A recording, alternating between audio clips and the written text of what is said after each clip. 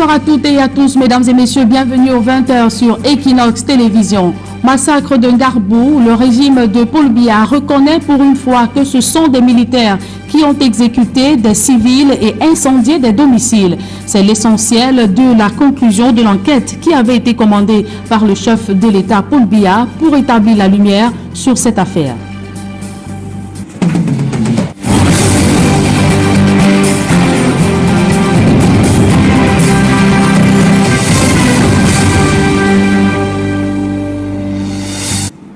Une fois de plus, bonsoir à toutes et à tous, mesdames et messieurs, et bienvenue aux 20h sur Equinox Télévision. À la suite des événements tragiques survenus dans la nuit du 13 au 14 février dernier dans la localité de Ngarbou, dans le Donga-Mantung, région du nord-ouest Cameroun, et en exécution des très hautes instructions du président de la République, le ministre délégué à la présidence de la République chargé de la Défense a mis sur pied en date du 17 février dernier une commission d'enquête mixte avec pour mission de faire la lumière sur les circonstances de la survenue des 10 événements et d'établir les responsabilités des différents acteurs. Après investigation et ayant pris connaissance du rapport de la commission d'enquête, le chef de l'État, Paul Biya, a prescrit ce jour des mesures disciplinaires à l'endroit des auteurs. On fait le point dans ce reportage de Gizogo. Avec les résultats de l'enquête de Ngarbou qui confirme une bavure des militaires en opération dans la crise au nord-ouest et au sud-ouest, c'est l'épilogue d'une polémique où le déni de la réalité le disputait à une mauvaise foi certaine. Encore une fois, Equinox Télévision, le seul média à avoir enquêté sur cette affaire et qui soutenait qu'il s'agissait bien d'une bavure, avait subi nombre de foudres de certains inconditionnels du régime, plomb à aller contre toutes les évidences. Cette issue consacre surtout encore une déconvenue de l'armée qui ne saurait être réduite à ce type de bavure. Le point positif dans cette affaire est certainement la transparence qui aura prévalu, certes suite à la pression de la presse et des organisations de la société civile, dont Human Rights Watch.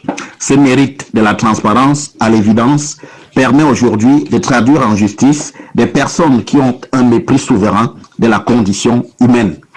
Toujours un bon point à prendre pour sauver l'homme de toutes sortes de monstres. 14 février 2020, une date noire dans l'histoire du village Ngarbou qui vivait un massacre de ses populations avec une vingtaine de personnes tuées et des maisons incendiées. Retour sur les faits du 14 février avec Jean Pochouniat.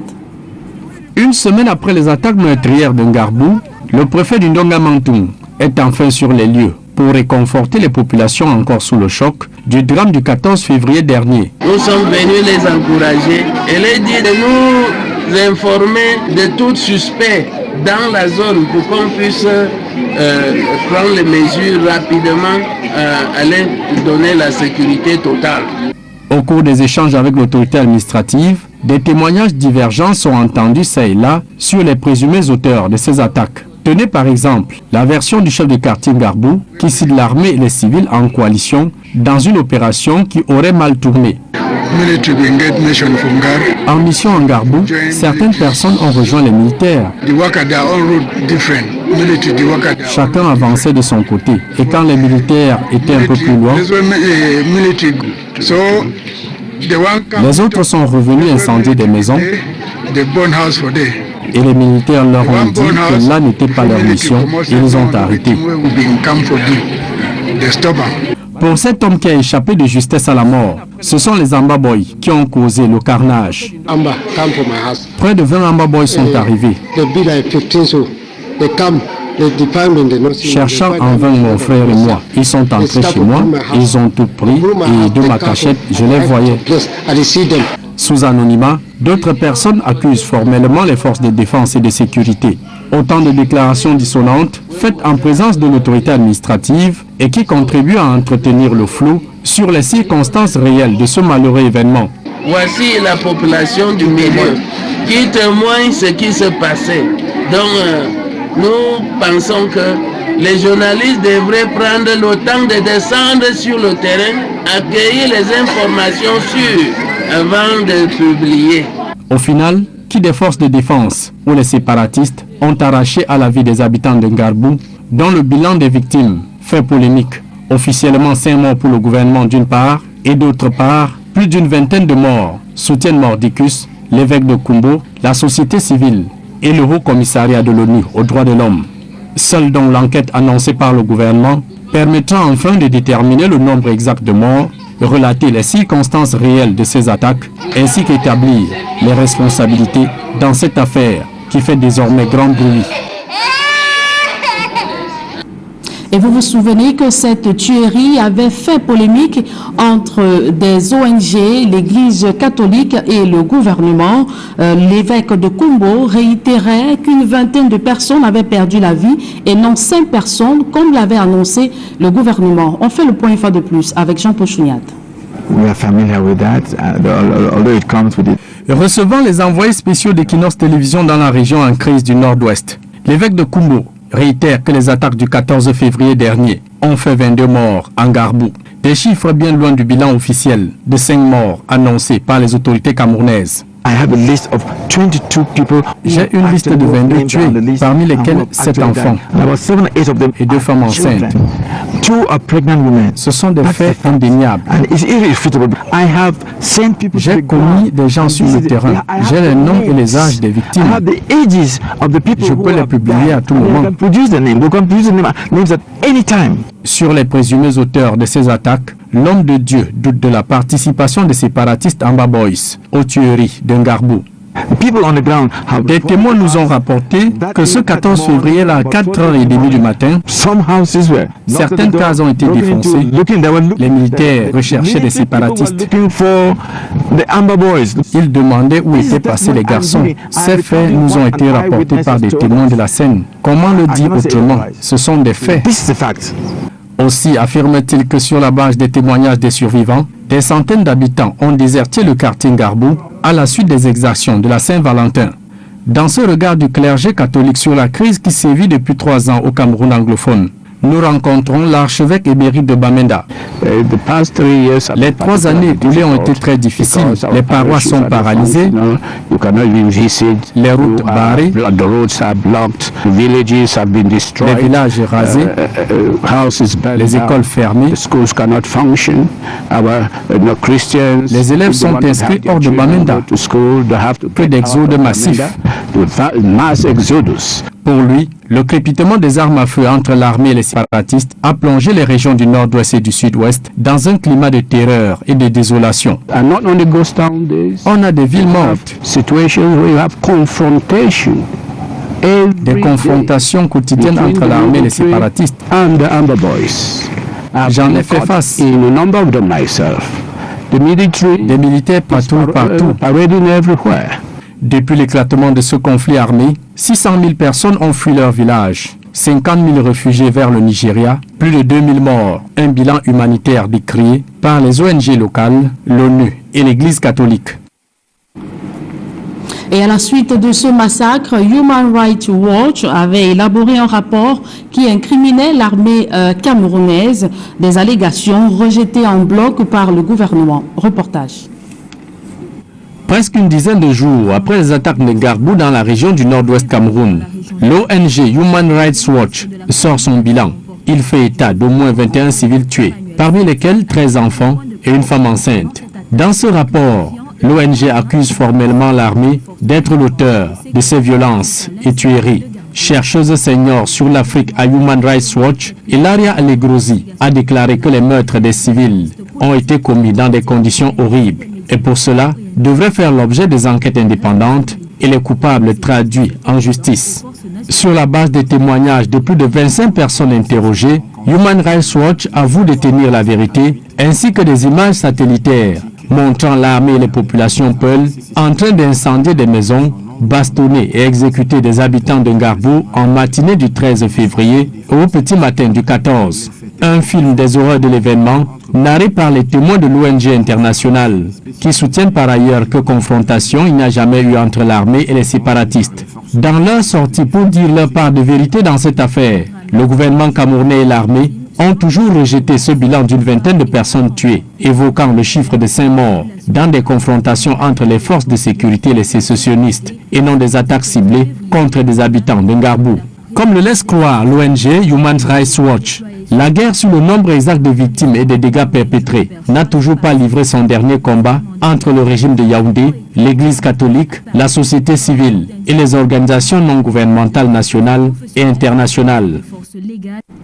Évoquons à présent ces vives controverses autour du don du chef de l'État Paul Biya dans le cadre de la lutte contre le Covid-19.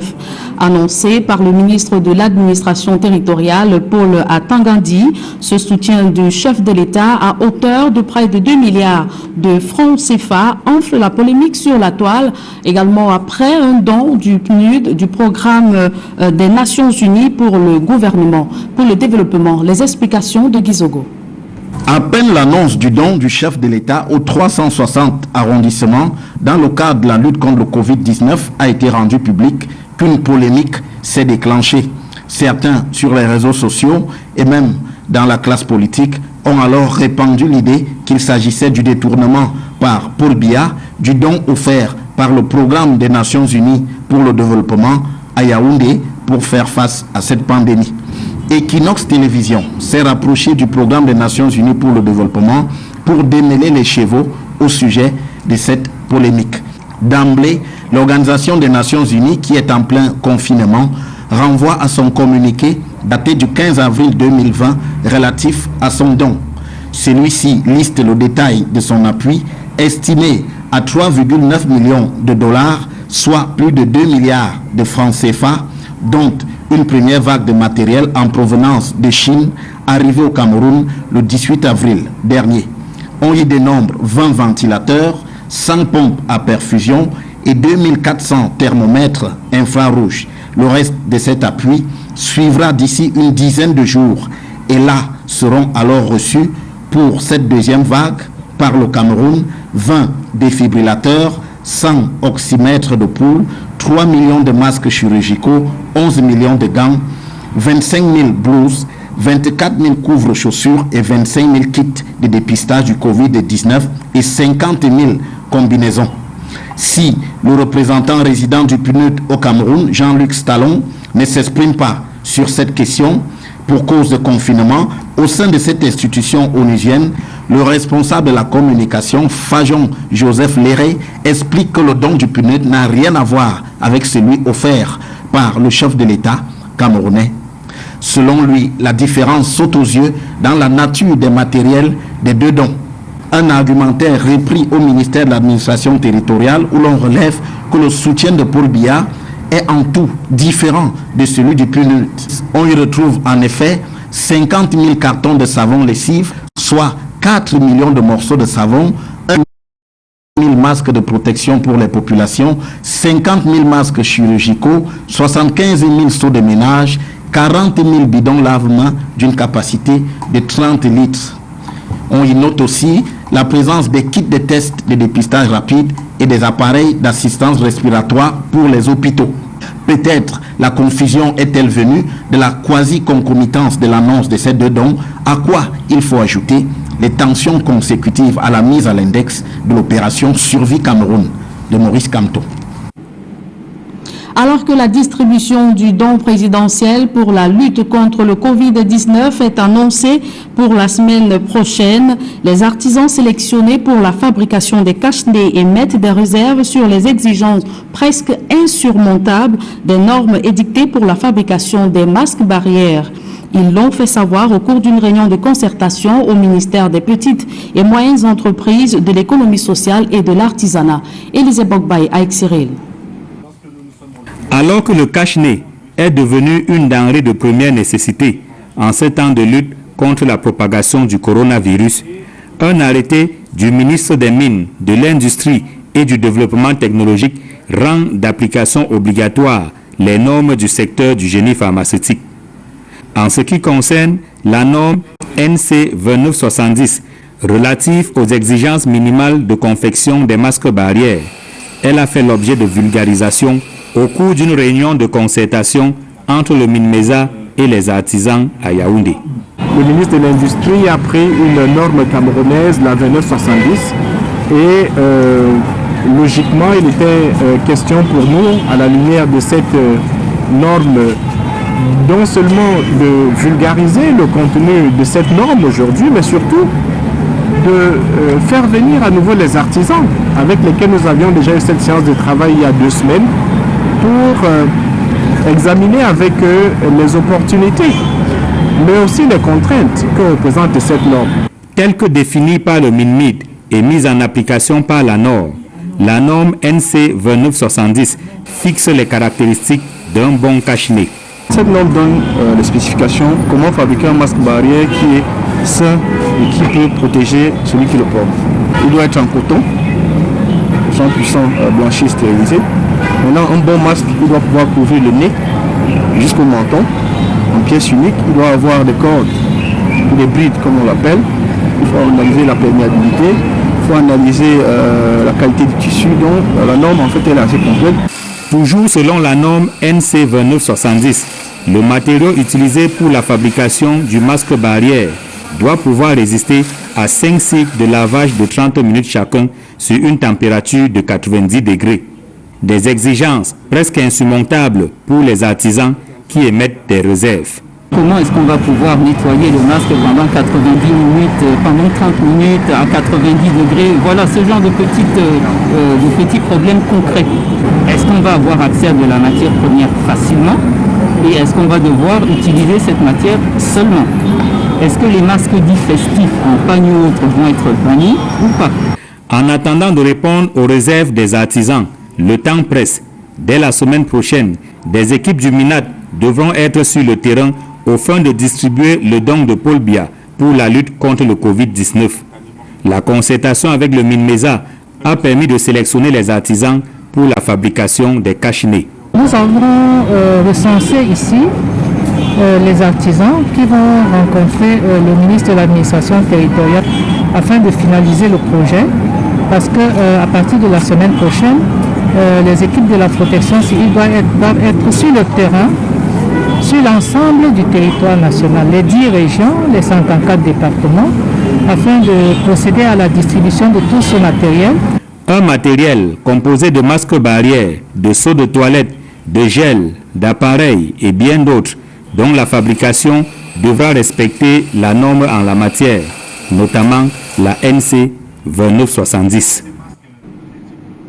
Frappés de plein fouet par les exactions des groupes armés séparatistes, les populations de la localité de Aloy, dans le département du Lébialem, au sud-ouest Cameroun, font désormais face aux foudres de la pandémie à coronavirus. Alors que la région est en état d'alerte suite à la découverte de plusieurs cas positifs déclarés, les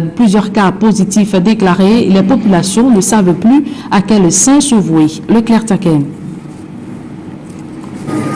Alors, cette commune du département de Lébialem n'a de cesse arrêté de subir de multiples coups depuis la survenue de la crise anglophone. Des incidents d'Isère qui impactent fortement le quotidien de ces populations qui retournent progressivement sur leur terre. Il y a les gens qui rentrent au village petit à petit, mais maintenant qu'il n'y a pas la lumière, les gens ne sont pas trop heureux sans lumière ici au village, parce que sans lumière on ne peut rien faire ici au village. Et quand il y a la lumière maintenant, tu peux au moins écouter la radio qui peut te dire les messages, les informations. On paie 1 litre du pétrole maintenant qu'à 1000 francs. On n'est pas trop fiers quand on paie ça comme ça. Et il faut que le gouvernement nous aide, parce que s'il ne nous aide pas, on ne peut pas vivre. À cette situation est désormais venue se greffer la menace de la pandémie à coronavirus. Il nous faut le cache-nez. Quand on prie que le gouvernement nous aide avec le cache-nez et le savon qu'on peut laver nos mains avec pour protéger le coronavirus. Le danger qui s'étend progressivement sur l'ensemble du territoire national. Le dimanche 19 avril 2020, nous nous retrouvons dans l'une des rares églises qui a gardé ses portes ouvertes malgré la crise. Les populations dont le quotidien n'est pas un long fleuve tranquille s'en remettent au Tout-Puissant. Même si l'on s'efforce à respecter les mesures de distanciation telles que prescrites par les pouvoirs publics, N'empêche que ce genre de regroupement est aujourd'hui dénoncé par les autorités. Sur place, l'autorité préfectorale des Sian et son équipe sensibilisent les habitants au sujet de la pandémie. Pressant pas le bon exemple, ils ont à cette occasion distribué les masques de protection à une bonne frange de la population et des forces de défense. Nous sommes ce que le gouvernement a prescrit concernant le Covid-19. Nous sommes venus partager certaines choses pour nous. Nous savons avec des enquêtes pour aider la population pour combattre la Covid-19.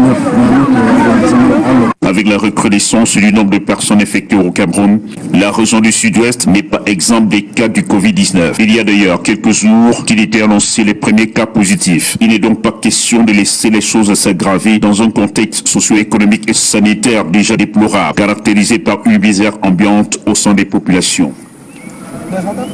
Crise sanitaire du Covid-19 en Afrique, la pandémie pourrait détruire le tissu socio-économique du continent si rien n'est fait. Cette baisse des taux de croissance est une projection de la Banque mondiale qui vient de publier son premier rapport sur les conséquences du Covid-19 et l'état de pauvreté sur le continent africain. Jean Pouchouniat. À presque 70 jours déjà de contamination de l'Afrique au coronavirus, avec 1031 morts sur 20 500 malades recensés, la Banque mondiale publie son premier rapport sur les conséquences à venir pour les économies du continent. L'institution de Bretton Woods redoute une chute drastique de la croissance pour tous les pays d'Afrique subsaharienne. La croissance en Afrique subsaharienne va baisser de 2,4% en 2019 à une fourchette entre moins 2 et moins 5% en 2020. Dans cette décadence, les économies prospères du continent, l'Afrique du Sud, le Nigeria, l'Angola ou l'Éthiopie, seront doublement affectées si la crise perdure. La croissance dans ces trois pays risque d'être négative et probablement être autour de moins 7 à moins 8% dans ces trois pays. Alors que la moyenne pour 2020 que nous avons annoncée, c'est moins 2%. Cette récession économique due au Covid-19 aura un effet immédiat sur la qualité de la vie des populations africaines, qui seront désormais privées de flux financiers, des investisseurs, des transferts d'argent des poches, frappés de chômage à l'étranger. Le bien-être des individus en Afrique subsaharienne pourra baisser de 7%. Et quand nous parlons de bien-être, il s'agit des baisses de consommation et des baisses de revenus que les individus comme vous, en Afrique, en ce moment, confinés et qui ne sortaient pas, allaient subir. En plus de l'option d'un moratoire de paiement de la dette des pays d'Afrique, évalué à 22 000 milliards de francs CFA en étude à la Banque mondiale au Fonds monétaire international, l'économiste formule plusieurs recommandations aux dirigeants du continent, notamment l'intensification des échanges intra-africains et des politiques publiques pour une soutenabilité de leurs économies durant la crise sanitaire. Deux choses en parallèle. La première, c'est de sauver les vies en mettant l'emphase sur les programmes qui vont bloquer la pandémie et essayer de la contenir sur le plan médical, protéger aussi le train de vie des individus et des ménages et des entreprises aussi, en s'assurant qu'on puisse éviter un arrêt brutal de l'activité, éviter un chômage massif, éviter que les économies s'effondrent. Et si rien n'est fait pour stopper la pandémie, selon la Banque mondiale, cette crise sanitaire enfantera un marasme économique qui, à son tour, engendrera une crise alimentaire.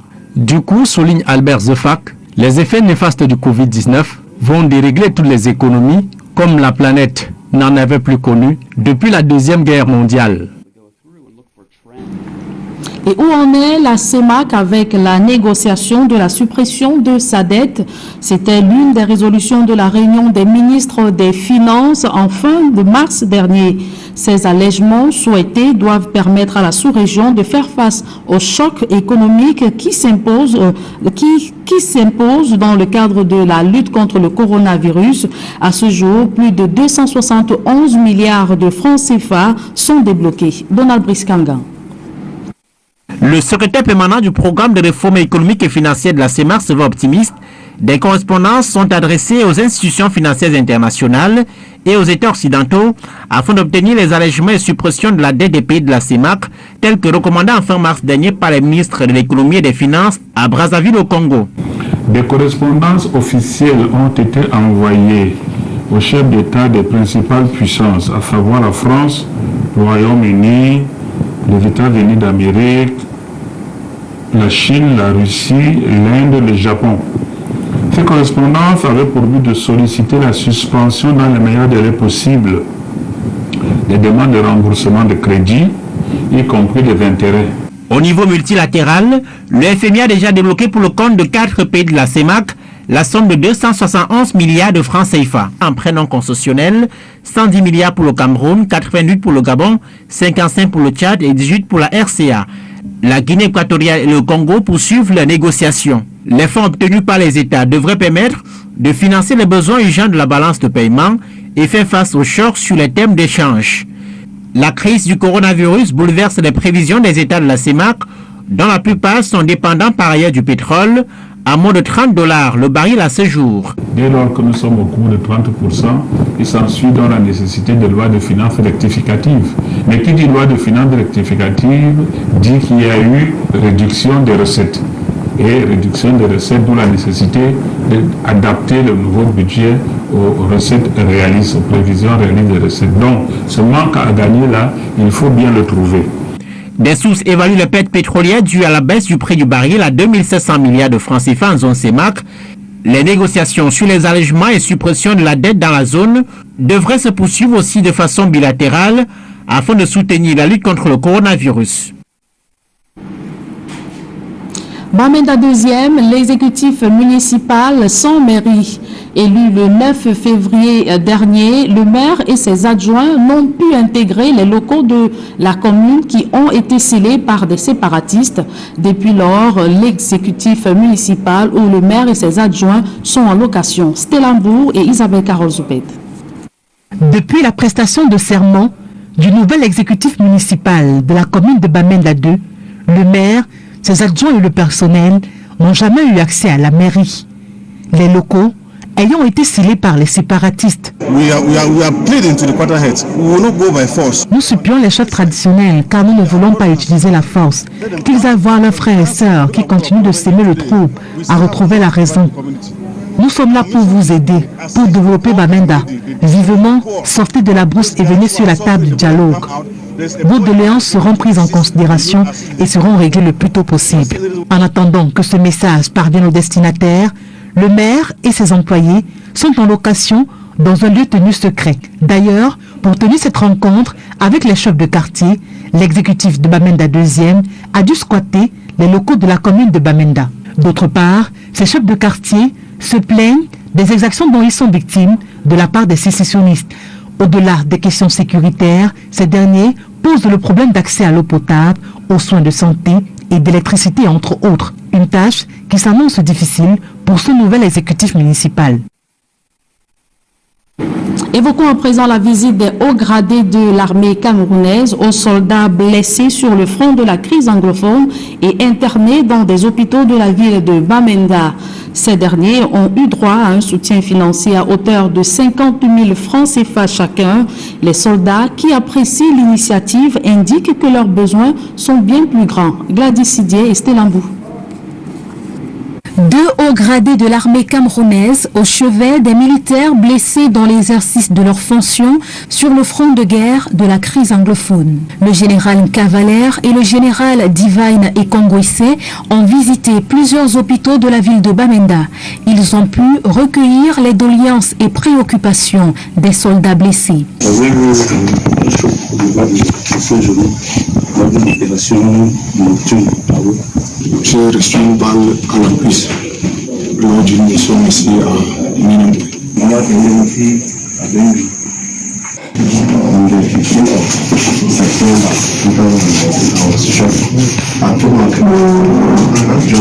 Le 15 septembre 2019, on m'a tiré dessus, c'était au niveau de Food Market à Bamenda.